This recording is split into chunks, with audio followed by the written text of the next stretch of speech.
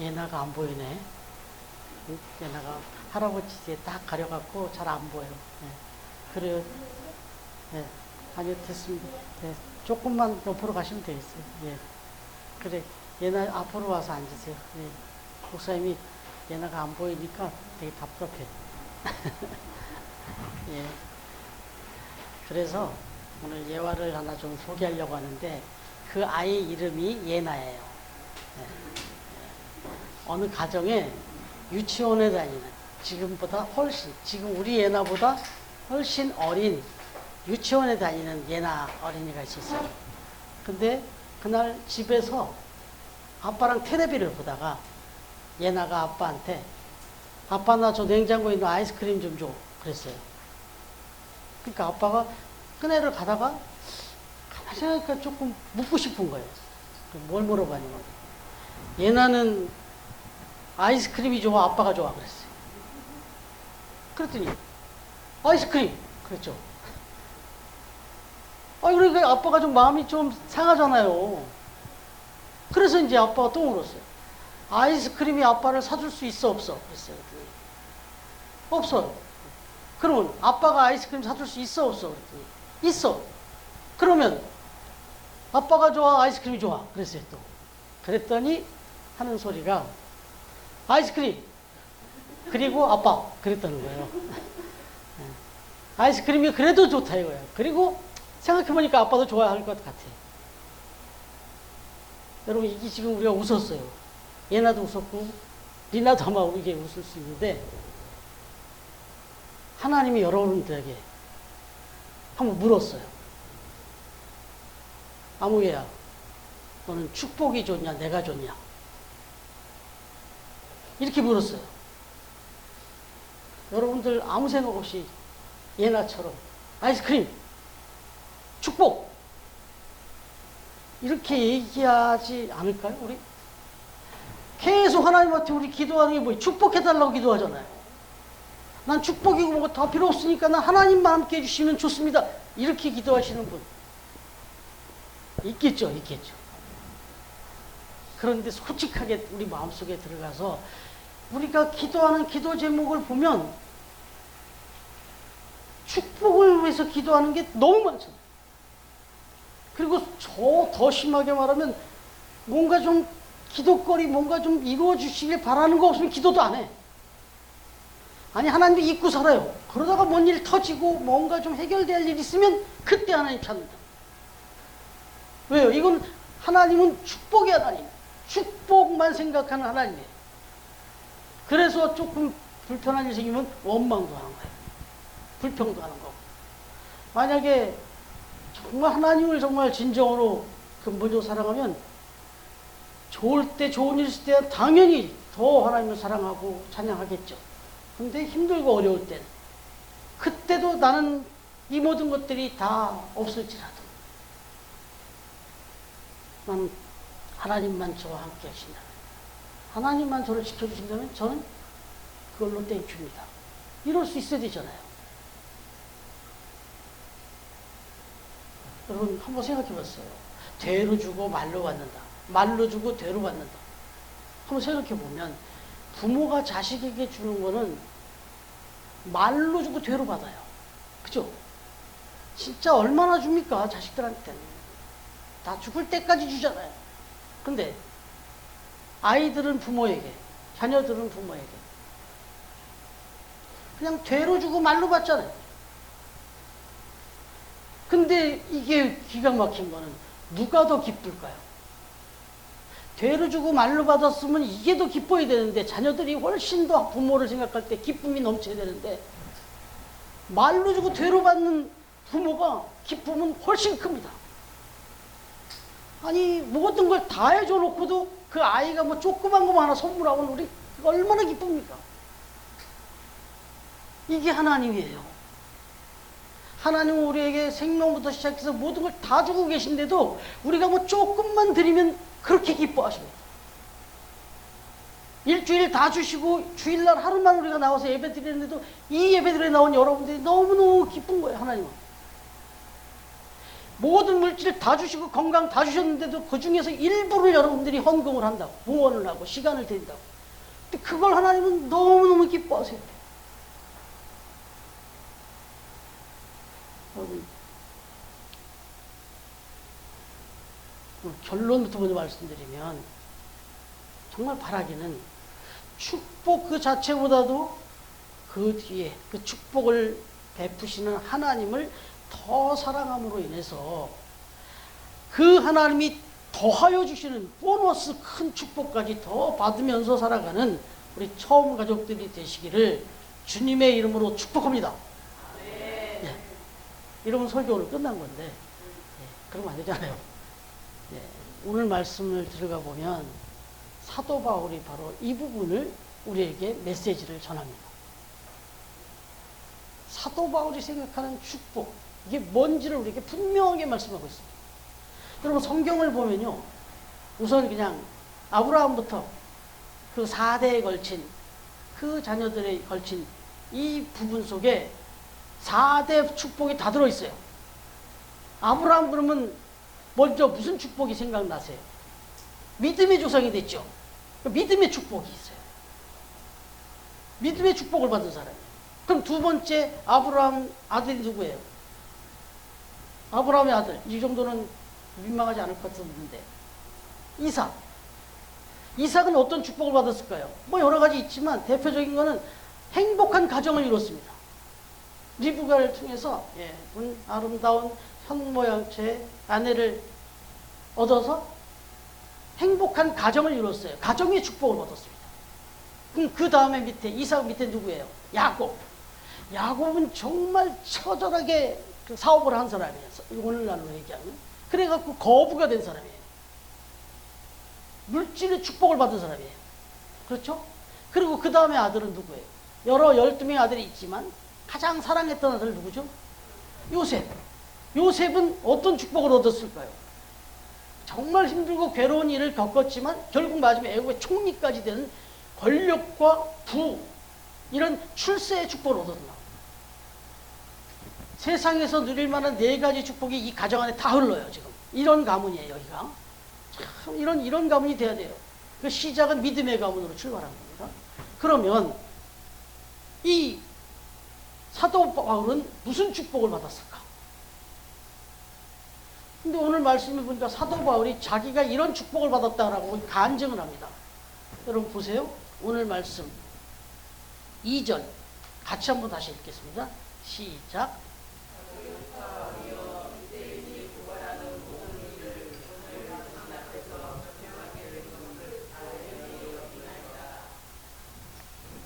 아멘.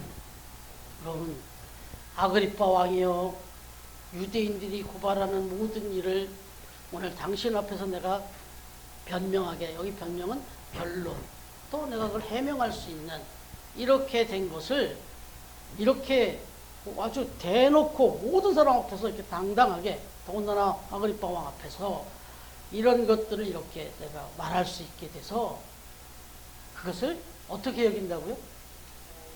다행히 여긴다고. 근데 여러분, 이게 이제 우리 한글로 번역된 성경에서 요즘 우리가 이 의미를 쓰이는 것과 조금 달라요. 다행히, 아유, 천만 다행이다, 뭐 이러잖아요. 근데 이 다행이라는 건 사실 좋은 말이잖아요. 근데 이 말이 조금 더 들어가서 이 헬라어 성경으로 들어가 보면은 이 다행이라는 말이 뭐냐면 마카리오스라는 말이 썼는데, 이 마카리오스라는 말이 뭐냐면 최고의 축복으로 여겼다, 그런 뜻이에요. 다행히 여기나이다, 최고의 축복으로 여기나이다, 이런 뜻입니다. 행복으로 여깁니다. 정말 너무너무 좋은 기회로 여깁니다. 나는 이걸 최고의 복으로 여깁니다, 이런 뜻이에요. 이게 다행히 여기나이다 라는 말이. 그러니까 이 말은 뭐예요? 지금 사도 바울은 나에게 있어서 최고의 복은 지금 여러분들 앞에서 이렇게 다 모아놓고, 더군다나 아그리파 왕까지 다 앉아놓고, 지난주에 보셨지만 막 온갖 옷을 다 입고 막 좀 유지라는 사람을 다 불러다 놓고 완전히 무슨 부흥의 성회를 하듯이 만들어 뭐 집회를 딱 준비시켜 놔준 거예요. 내가 지금 막 돌아다니면서 막 여기저기 찾아다니면서 목숨을 걸고 그렇게 전하고 싶었는데, 아니, 이렇게 좋은 기회를 만들어 주다니요. 너무너무 행복합니다.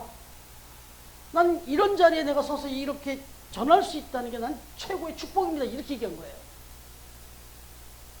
이게 이해가 되십니까, 지금? 여러분, 여기서 우리가 생각할 것은, 사도 바울은 지금 뭘 복으로 여기는구나, 무엇을 축복으로 생각하는구나가 보여요. 그게 뭐냐면, 난 간증할 수 있어서 축복이라는 거예요. 난 여러분들한테 할 얘기가 있다는 거예요. 그것도 누구의 얘기? 하나님의 얘기, 예수님의 얘기를 이렇게 여러분들한테 할 얘기가 넘친다는 거예요, 지금. 이게 나는 축복이다, 이거예요. 이게 복이다, 이런 얘기예요. 이걸 우리가 간단하게 두 글자로 제가 이야기하잖아요. 이걸 뭐라 그래요? 간증이라고 하잖아요. 간증. 여러분, 우리 삶 속에 간증거리가 넘쳐나면 그거보다 축복이 어딨어요? 내 삶 속에 막 순간순간 하나님이 막 함께 하셔서 역사하신 것들이 넘쳐나요. 그래서 막 그 얘기를 막 할 거리가 막 돌아서면 그 할 얘기가 그거밖에 없네? 이거 축복된 삶인 거예요. 내 입술에서, 아니, 아침부터 눈을 떠서 저녁이 잠자리 들 때까지 내 입술에서 나올 게 간증거리가 막 넘쳐나면 그 사람은 축복된 사람이죠. 사도 바울은 그랬다 이거죠. 찔러도 때려도 가둬도 계속해서 나올 게 간증밖에 없다는 거예요.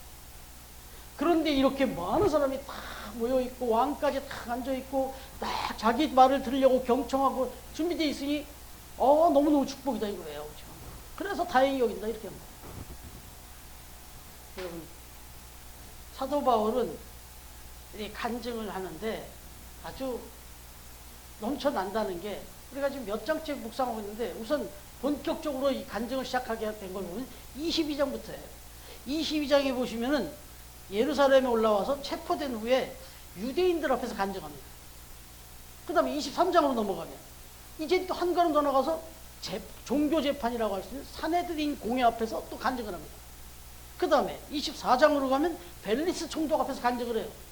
그 다음에 또 25장 지난주까지 묵상한 부분, 거기서 베스도 총독 앞에서 간증을 합니다. 그리고 오늘 본문에 보니까 많은 유대인들 앞에, 특별히 아그리빠 왕 앞에서 간증을 합니다. 뭐 그냥 계속 간증인 거예요. 그리고 나는 이게 축복이다, 이게 행복이다 이렇게 말해요. 그리고 바울의 간증 내용을 잠깐 살펴보면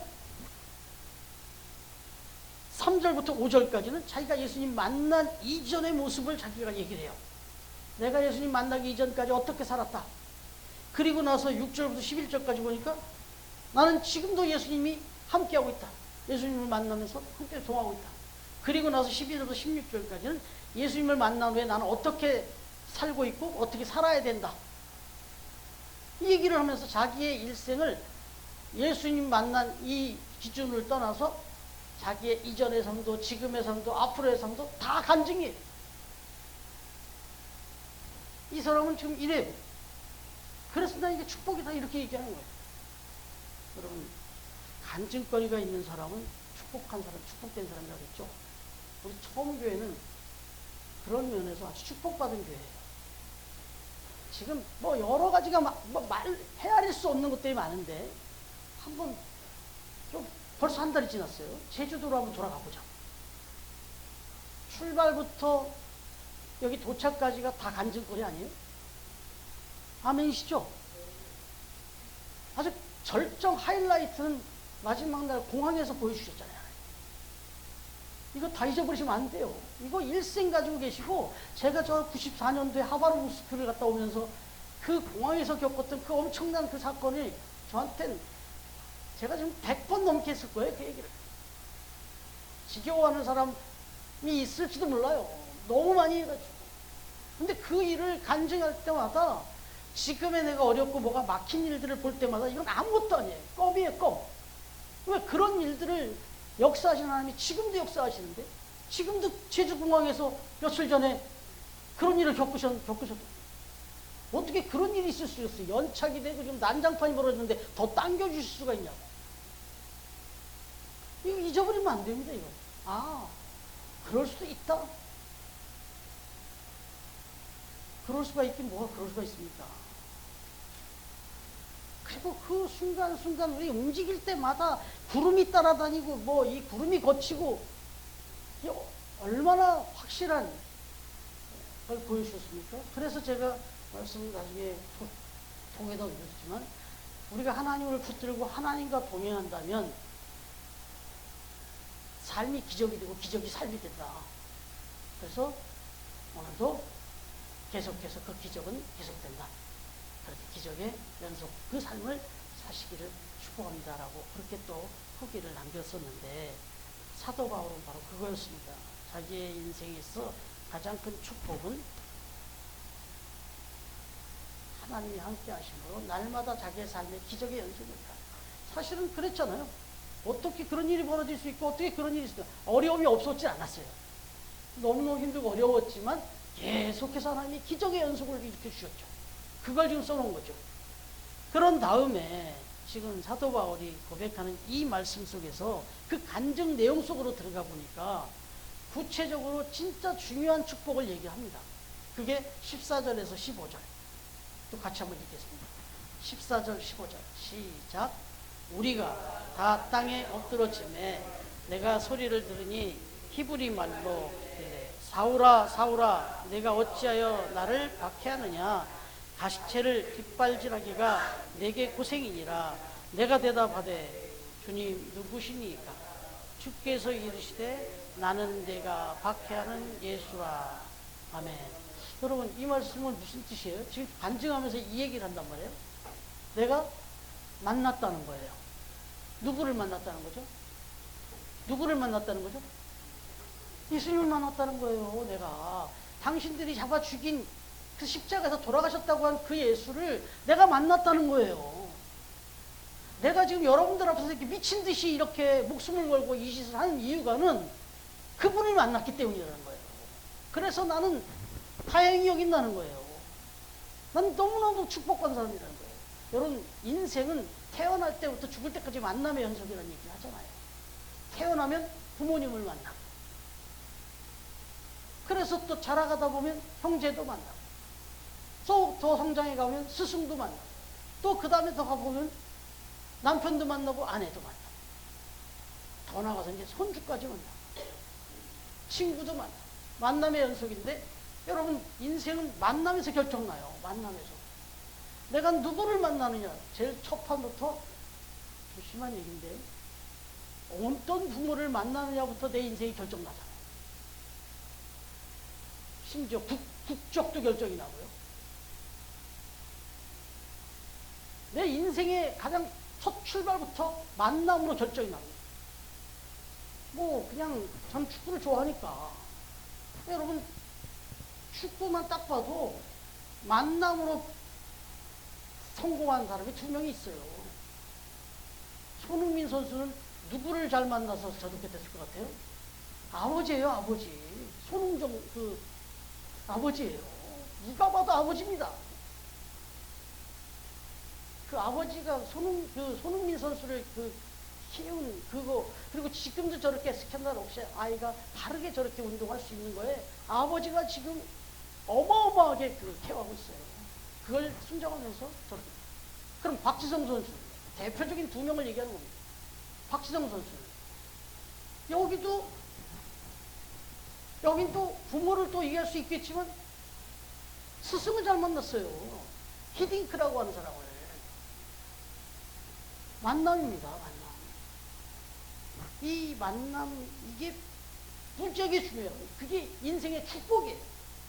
잘못하면 또 잘못된 만남은 저주가 될 수도 있어요. 그래서 사도 바울은 최고의 축복을 예수님을 만난 거다. 이렇게 얘기하고 있는 거예요. 여러분 어떻습니까? 예수님을 만난 것이 내 인생에 얼마나 큰 축복인지 그거 거듭거듭 느끼며 사십니까? 이걸 깨달으셔야 돼요. 그래야 내가 신앙생활하는 게 왜 축복인지 아는 거예요. 네. 그리고 이 신앙생활에 내가 목숨을 걸 수 있는 거예요. 그 어떤 것도 다 내려놓고 다 바칠 수가 있는 거죠. 여러분 예수님을 만난다는 것이 왜 축복이냐? 그냥 만난 것만으로 축복이 아니에요. 그 만남이 내 인생을 바꿔놓기 때문에 축복인 겁니다. 손흥민을 바꿔놓고 박지성이를 바꿔놓고 그런 거죠. 여러분 앞에 서 있는 저 인생도 바꿔놨어요. 여러분, 제가 전에 한번 했던 이야기인데 한번 생각해 보시면 아주 재밌는 얘기를, 극적인 얘기를 하나 드리면, 난생 처음에 백화점을 방문한 할아버지가 손녀를 데리고 이렇게, 손자를 데리고 이렇게 갔다 오잖아요. 손자를 데리고 그 엘리베이터 앞에 이렇게 왔는데, 엘리베이터 기계도 처음 보는 거죠. 저게 뭔가 하고 쭈삣쭈삣하는데, 뭐 사람이 들어가고 나오고 그러는데, 유독 관심이 가는 게 어느 할머니가 쑥 들어가더라 이거잖아요. 어느 할머니가. 그 문이 또 닫혀요. 조금 있더니 예쁜 젊은 아가씨가 쑥 나오더란 말이죠. 그러니까 아시잖아요. 이 손주를 데리고 빨리 집에 좀 갔다 와야 돼. 빨리 집에 가자. 할아버지, 그 손자가 왜 그러세요, 할아버지? 왜 그러세요? 우리 너희 할머니 집 전화 갖다 좀 넣어야 되겠다. 그랬다는 거 아니에요.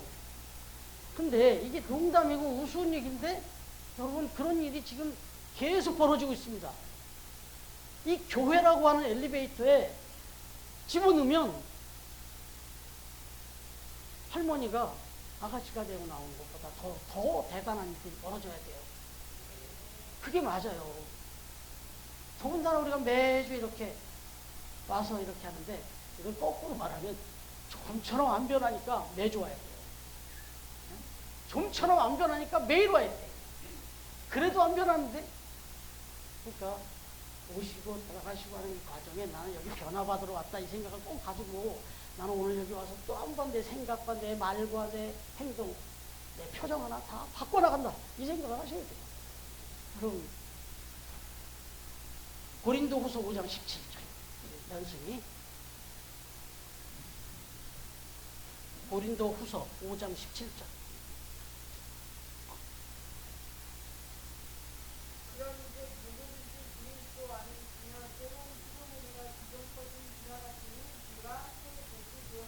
아멘. 이거요, 누구든지입니다. 누구든지. 뭐, 우리 이나나 예나나, 또 우리 김전영 권사님이시나, 어떤 누구도 예수 그리스도를 만나면 그 그리스도 안에서 내가 산다면 새로운 피조물로 변화돼. 변화가 없는데 나는 예수님을 만났다? 거짓말이에요. 옛날같이 똑같이 살아요. 안 만난 거예요, 아직. 정말 만났으면 나는 변화되고, 그 변화는 내가 여태까지 생각했던 거하고는 차원이 다른 삶으로 바뀝니다. 여러분, 우리가 지금 말씀을 묵상하고 있는데, 지금 사도 바울이 자기가 변화가 돼가지고 어떤 사람이 됐다는 얘기가 나옵니다. 자기가 이제 예수님을 만나갖고 나서 엄청난 변화를 일으켰는데, 그 변화를 가지고 자기는 이제 변화된 삶을 살고 있다. 변화된 삶을 보여줘야 변화예요. 말로만 변화됐다 아니에요. 변화가 됐다면 변화된 삶을 살아야 돼요. 그래서 사도 바울은 어떻게 얘기하느냐, 17절 같이 읽겠습니다. 시작. 다 같이 17절 시작. 이스라엘과 이방인들에게서 내가 너를 구원하여 그들에게 보내어. 여기까지. 예. 이스라엘과 이방인들에게서 내가 너를 구원하여, 이게 누구예요? 이게 예수님이에요. 그래서 그들에게 보냈다. 이게 사명을 줬다는 얘기입니다. 이제 할 일이 생겼다는 거예요. 9절 다시 시작. 앞으로 좀 넘어가서 9절 시작. 많은 일을 행하여야 될 줄 스스로 생각하고. 예. 여기서 자기 역시도 이제 그 일을 해야 된다고 생각했다는 거예요. 여러분, 본래 바울의 이름은 뭐예요? 사울이죠. 사울은 뭐 하던 사람이에요? 예수 믿는 사람 잡아 죽이던 사람이에요. 근데 예수님을 만나고 난 다음에 바뀌었어요. 그 예수님을 증거하고 전하고 그런 일을 하는 사람으로 바뀌어버렸어요. 그래서 나는 축복을 받았다는 거예요. 내가 그전까지 내 생각, 내 판단으로 옳다고 하고 살았는데 그게 얼마나 바보 같은 짓이었고 악한 짓이었지를 깨닫고 돌이켰다 이거예요. 그래서 지금부터는 진정하게 생명을 살리는 일을 하게 됐다. 이게 축복이라는 거예요. 내가 이제는 새로운 삶을, 정말 건강한 삶을, 의로운 삶을 살게 됐다. 이게 축복이라는 거예요. 여러분, 우리가 지금 제주도 여기 또 하는데 대정교회를 다녀왔습니다. 대정교회.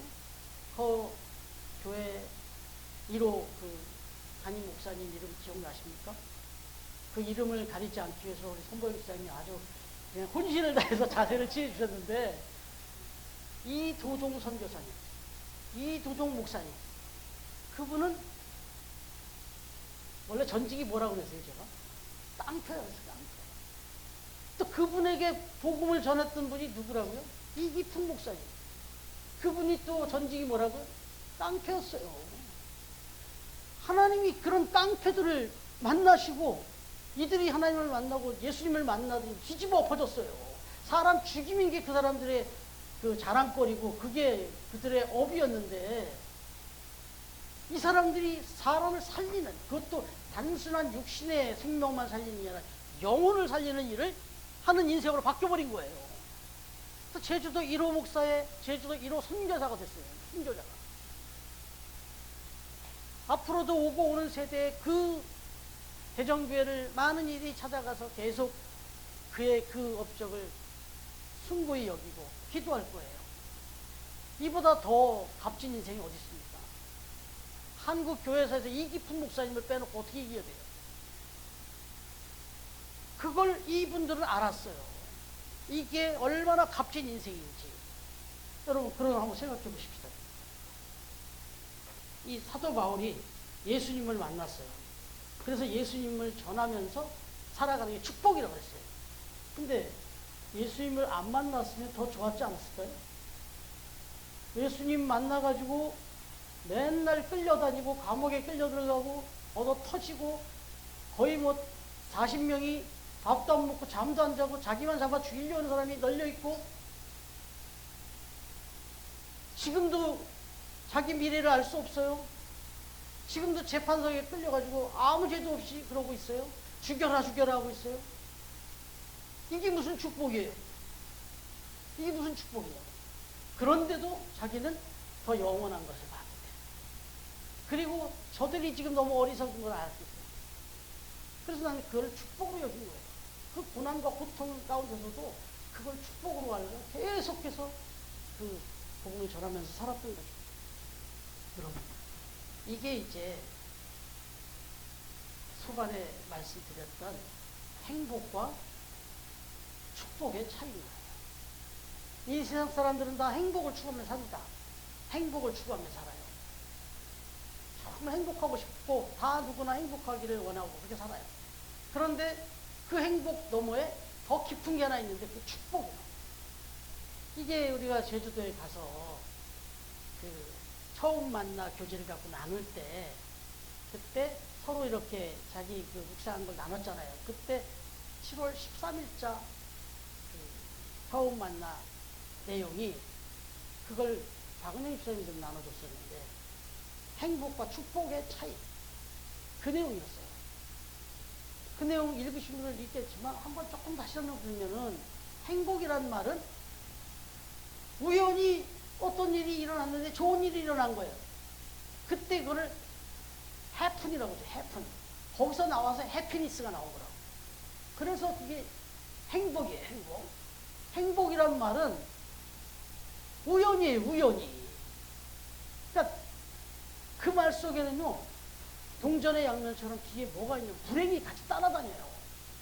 어쩌다가 생각지도 못했던 좋은 일이 벌어지는 게 행복입니다. 내가 기대도 못했고 내가 준비도 못했고 내가 노력도 안 했는데 생겨났어요. 그걸 행복이라는 거예요. 행복. 근데 거꾸로도 벌어지잖아요. 나는 정말 노력했는데도 불구하고 안 좋은 일이 생겨. 이게 불행이잖아요. 그래서 행복과 불행은, 사실은 생각해보면 행복이나 불행은 내 마음대로 되질 않아요. 내가 아무리 노력하고 아무리 행복을 찾아도 도망갈 수 있어요. 근데 내가 찾지도 않고 가만히 있는데 또 올 수도 있고. 그래서 행복과 불행은 내 소관이 아니에요. 그런데도 오늘날도 많은 사람들이 이 행복을 이 뜬구름 잡는 식으로 이걸 찾아서 살고 있는데, 아주 확실한 게 있어요. 그건 행복이 아니라 축복입니다. 축복은 분명히 한 분이 딱 정하고 주십니다. 그래서 이건 그분한테 달렸어요. 이거는 뭐 생길 수도 있고 안 생길 수도 있는 게 아니라 딱 그분이 잡고 있어요. 그래서 그분이 딱 주십니다. 이렇게 확실한 게 축복이에요. 근데 우리가 어떻게 행복을 추구하며 살겠어요? 축복을 추구하며 살아야지. 적어도 우리 믿음의 사람들이 진짜 축복인 게 바로 이 축복의 원인을 알아요. 축복의 근원을 알아요. 아이스크림이 아니라 아빠를 아는 거예요. 여러분, 그 설명 다 했지만 이 축복이라는 말은 영어를 찾으면 블레싱으로 나오잖아요. 블레싱. 이게 어원이 블레이드, 피를 흘리다라는 뜻이죠. 하나님께서 예수님을 보내서 피를 흘리셨기 때문에 이제 우리에게는 축복이 온 거예요. 말씀드렸잖아요. 지난주에 이 관으로 막 더럽고 우물 같은 거 흘러내리는 그런 인생인데 길이요 진리 대신 생명 대신 그 주님을 만나서 그 관 안에서 그 길을 따라서 살아보니 냄새 나던 것도 더러웠던 추웠던 것도 다 가려지고, 그리고 마지막에 내려가서는 하수 종말 처리장에서 우리가 완전히 거듭나더라 이거예요. 생명수로 다시 거듭나더라 이거예요. 이게 축복이라는 거죠. 이 축복은 하나님을 믿고 주님을 믿고 예수님을 믿고 늘 그 믿음 안에서 간증하며 살아가다 보면 항상 따라오는 게 축복입니다. 이건 행복 같지 않아요. 그러니 우리는 그 행복보다 축복을 추구하면서 살아야 되겠죠. 여러분, 예수 그리스도의 있으면 우리의 삶을 새롭게 변화시켜주는 그야말로 축복의 존재이신 거죠. 바라기는 지금 우리가 8월 이제 13일이니까 14, 15 다음 주가 광복절이잖아요. 근데 생각해 보세요.